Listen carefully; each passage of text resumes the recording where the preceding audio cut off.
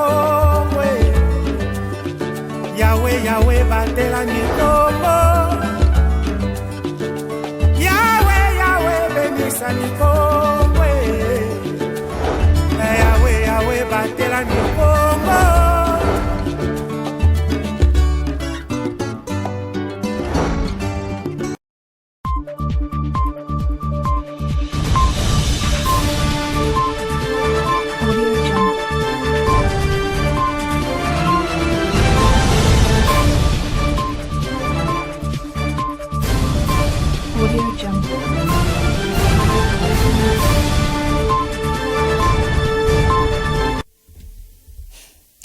Bon début de la semaine à toutes et à tous et heureuse de vous savoir nombreux en train de suivre l'actualité de ces jours sur ma bannière télévision.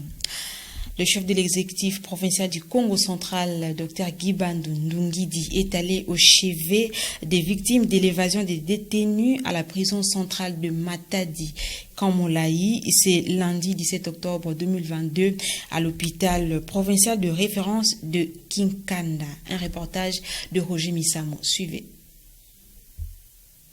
Le chef de l'exécutif provincial du Congo central, Dr Guibandu Ndungidi, a visité ce lundi du 7 octobre 2022 dans la matinée les quelques blessés par balle lors de l'évasion de détenus à la prison centrale de Matadi, Kamolaï, le vendredi 7 octobre 2022. Parmi les victimes se trouvent des policiers et détenus. Il a été accueilli à son arrivée par le commissaire général à la santé, le chef de division provinciale, le médecin directeur et d'autres personnalités. L'objectif de cette visite et de s'imprégner de l'état de santé de ces blessés pris en charge au pavillon chirurgie de cet hôpital sur fond du gouvernement provincial. Premièrement, c'est notre responsabilité. Partout là où il y a une situation périlleuse où l'un des nôtres est impliqué, notre responsabilité est d'aller vers les personnes qui souffrent. Ces blessés ont été pris en charge de manière extraordinaire par notre équipe ici de l'hôpital général de Kinkanda. Donc c'était pour moi l'occasion non seulement de venir voir les blessés, de les réconforter, de leur dire que l'État est là, et ça m'a permis de voir qu'il y avait effectivement des victimes du côté des forces de l'ordre et aussi des détenus. Donc c'était déjà par responsabilité, par solidarité bien évidemment, mais aussi pour encourager notre personnel soignant qui travaille dans des conditions très difficiles. Faisant d'une pierre deux coups, le gouverneur de province a profité de l'occasion pour se rendre compte des difficultés auxquelles cet hôpital provincial de référence fait face dans la prise en charge des malades. On a évoqué la situation très préoccupante de l'hôpital général de Kinkanda. Il y a beaucoup d'urgences au sein de cet hôpital, donc on ne va pas venir faire du saupoudrage. Nous sommes en train d'évaluer, de rechercher des solutions qui pourraient soulager l'hôpital général de Kinkanda. Tournons des pages pour parler de la santé. Lancement ce lundi 17 octobre 2022 de la deuxième phase de la campagne de vaccination contre la COVID-19 sur l'ensemble de la province du Congo central afin de faire face à cette pandémie mondiale. Une fois de plus, Roger Misamo. La deuxième phase de la campagne de vaccination contre la COVID-19 a été lancée ce lundi 17 octobre 2022 sur l'ensemble de la province du Congo central. Cette cérémonie s'est déroulée au terrain d'Amar, en ville basse, dans la commune de Matadi. Dans son mot de bienvenue, le commissaire général à la santé a salué à sa juste valeur l'organisation de cette campagne qui vise la vaccination d'environ 2 millions de personnes, tout en remerciant les partenaires techniques et financiers. C'est le représentant de l'Organisation mondiale de la santé OMS qui a pris la parole au nom des partenaires techniques et financiers à cette cérémonie. De son côté, Dr Lisette Oumba, staff Breakthrough Action, a fait savoir l'appui des partenaires pour la concrétisation de cette campagne. Le gouvernement a planifié cette campagne qui est prévue du 17 au 23 octobre. Et à notre niveau, ce qu'on a fait, c'est amener notre appui à la fois technique et financier. Notre appui est directement lié au niveau des zones de santé à travers les équipes mobiles. Nous tenons en charge 5 zones de santé dans la province. Il y a d'autres partenaires qui couvrent d'autres zones de santé. Dans son mot de lancement, le gouverneur de province a appelé la population à se faire vacciner pour développer l'immunité collective.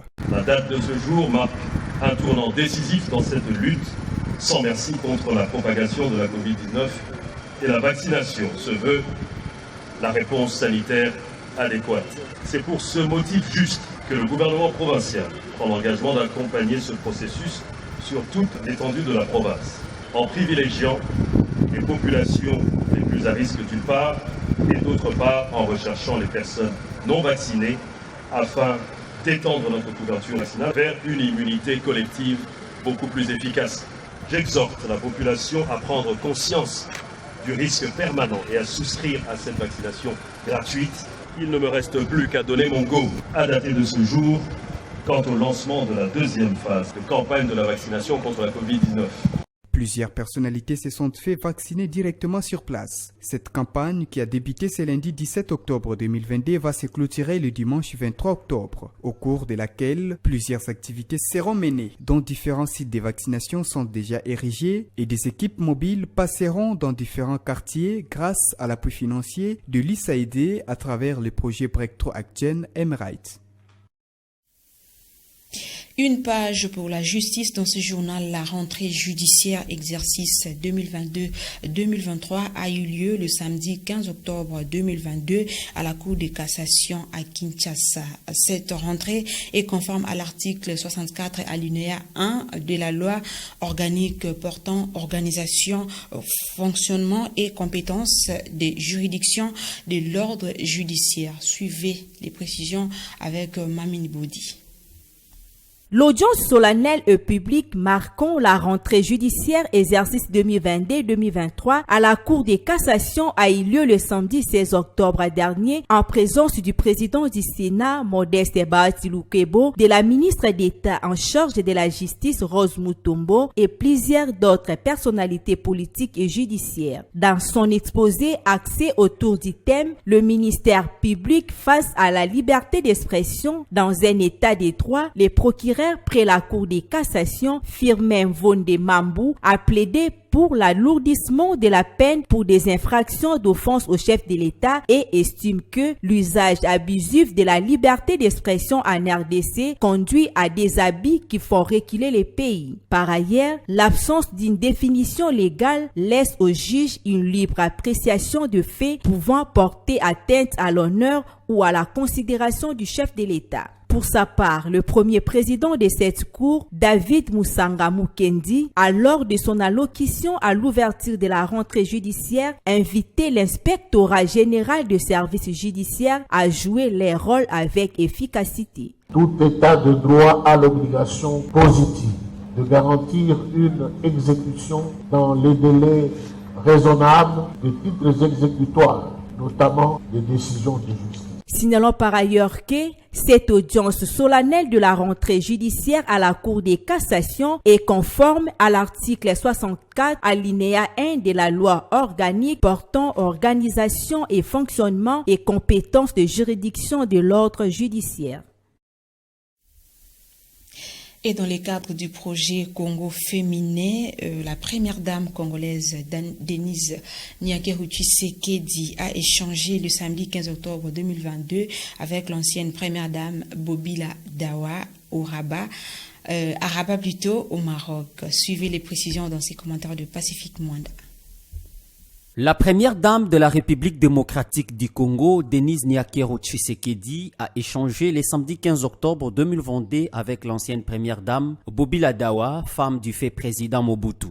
La rencontre s'est déroulée à Rabat au Maroc, dans la résidence privée de l'ancienne première dame congolaise Bobila Dawa, située au quartier des diplomates dans la ville précitée. Cette entrevue a pris environ 10 heures. Notons que cette rencontre entre dans le cadre du projet Congo au féminin, initié par l'actuelle première dame Denise Nyakeru. Ces projets visent la promotion et la vulgarisation des femmes qui ont marqué les 60 dernières années et honorer celles qui ont impacté l'histoire du Congo dans plusieurs domaines. C'est un geste qui est très fort, qui est très apprécié par la famille. Nous l'apprécions à sa juste valeur.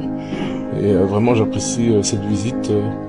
Et c'est un signal vraiment très fort qui est lancé à toute la famille. Je pense que c'était la volonté également de la première dame d'échanger avec Madame Mobutu, tout particulièrement sur son projet Congo au féminin. Je pense que c'est une très bonne initiative parce que je pense que souvent on parle des hommes qui ont fait de grandes choses dans ce pays, et c'est bien de le souligner. Mais également, je pense qu'il faudrait faire honneur aussi à toutes celles qui ont, par leurs actes physiques, intellectuels, qui ont contribué aussi. Et ça, je pense que c'est une bonne chose de l'avoir souligné. Les femmes parachutistes, les journalistes, les femmes politiques, dont on parle pas beaucoup, mais voilà, je pense que c'était important de le souligner. De son côté, Denise Nyakero Tshisekedi s'est dit satisfaite du déroulement de ses assises. Après ses tête-à-tête, Denise Nyakero Tshisekedi a déposé une gerbe de fleurs au mausolée du fait président Joseph Mobutu.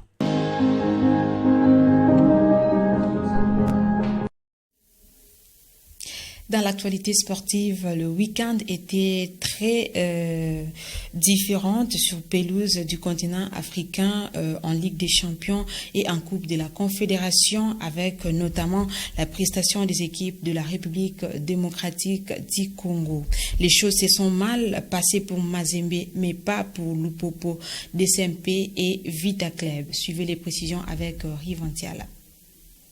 Sur le papier, les faveurs de pronostic penchaient nettement pour les Congolais du tout-puissant Mazembe Anglebert. Mais l'issue de la partie a contrarié un nombre important de personnes. Les Ougandais de Vipers Sporting Club ont obtenu leur ticket pour la phase des groupes de la Ligue des Champions en s'imposant 4 tirs au but à 2 après les 2 nuls de 0-0 à l'aller et au retour face au Corbeau du tout-puissant Mazembe. Éliminés de la C1, les champions du Congo sont rétrogradés en Coupe de la Confédération à l'étape de cadrage, dont le tirage au sort est fixé ce mardi 18 octobre 2022. En Angola, le Football Club Saint-Éloi Lupopo a imposé les résultats de 0-0 à l'équipe locale de Sagrada Esperança, score au bénéfice des Cheminots, vainqueurs 2 buts contre rien au terme du premier acte des 16e de finale de la Coupe de la Confédération. À Kinshasa, le Daring Club Motema Pembe a refait son retard sur la formation mauricienne de Saint-Michel, succès renversant de 2-0. Les Umakilés étaient tombés à l'aller par 1-0 face au même adversaire. Le dernier représentant de la République démocratique du Congo aux interclubs de la Confédération africaine de football, l'association sportive Vita Club, a ramené un nul blanc de Cotonou au Bénin, où les Congolais croisaient les Burkinabés de Rai Club Kadiogo en match comptant pour les 16e de finale aller de la Ligue des Champions. 3 nuls sans but, une disqualification en Ligue des Champions et 2 qualifications en Coupe de la Confédération. Tel est le bilan des clubs congolais sur la scène africaine samedi 15 et dimanche 16 octobre dernier. Mesdames et messieurs, c'est par cette note sportive que nous mettons fin à cette session d'information réalisée avec le concours rédactionnel et technique de Mabanière Télévision. Au revoir et bonne suite des programmes chez vous.